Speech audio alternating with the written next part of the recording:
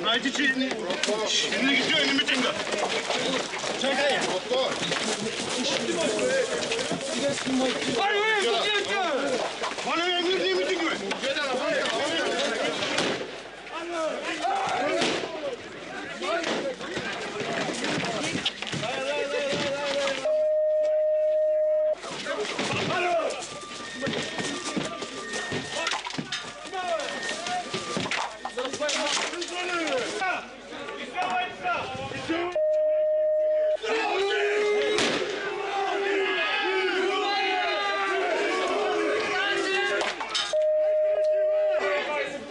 До тези батални сцени се стигна по време на протест срещу сектата Свидетели на Яхова в Бургас. Представители на ВМРО бяха организирали митинг срещу сектантското движение. Впоследствие обаче към тях се присъединиха и живеещи в комплекс Славейков, футболни запалянковци и други, където се намира и въпросния храм. Сектата години наред всява напрежение в Бургас, като най-потърпевши са живеещите в Славейков. Седалището се намира в близост до училище и родители постоянно изразяват нетърпимост и страх за децата си, тъй като е всеизвестно, че в така нареченото царство промиват мозъците на непълнолетни и психически слабите. Корака, нашите деца тук растат и просто... Той от 10 години е цялата работа. Просто няма думи кора кажа. Протестираме против тези хора, които са вътре. Протестираме против техните лидери, които украдаха душите и живота на много невинни българи. Протестиращите заявиха, че чашата на търпението е преляла, след като в последните дни сектата активно раздавала листовки по домовете и приканвала гражданите да се присъединят към тяхната кауза. Агресията на хората от комплекса бе изразена по този начин. По сградата хвърчаха пиратки и димки.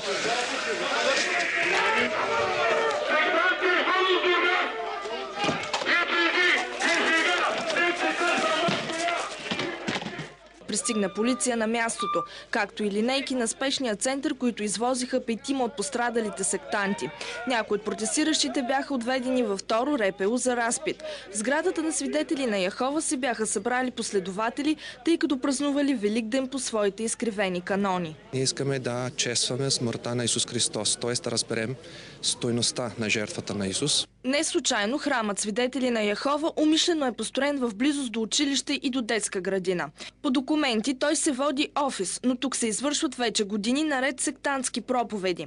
Тази секта в Бургас бе изградена благодарение на екс-кмета Йоан Костадинов, който издаде разрешителните за строеж. Нито протестите, нито жалбите на хората не спряха изграждането на сатанинския храм, нито пък последвалите самоубийства и човешки трагедии, които последваха след това.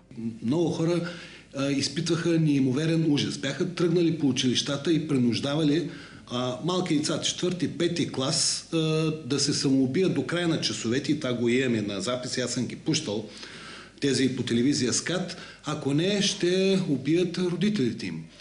Тогава успяхме да спасим две дечица. Едното беше Станимира, която вече е 20 няколко годишна. При няколко години аз срещнах с нея, тя още не може да изживее кошмара. Тогава насилието спрямо нея и майка, и тя живееше сама с майка, и майка беше обикновена работничка в тук една фабрика. Чукаха им по вратата, заплашваха ги. Тази организация, наименованието е Яхова.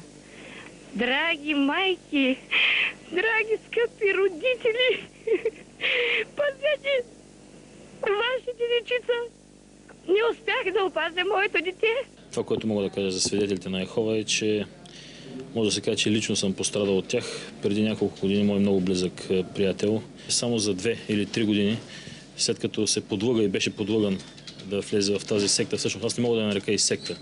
Това е някакъв бич за обществото. Само за 2-3 години той стана друг човек, промени се и в крайна сметка стигна до пагубното за него решение да се самоубие. Яховистите обработват жертвите си с песни и благи думи, мразят националните символи и издигат самоубийството в култ. И докато ги има, тази гледка едва ли ще е за последно.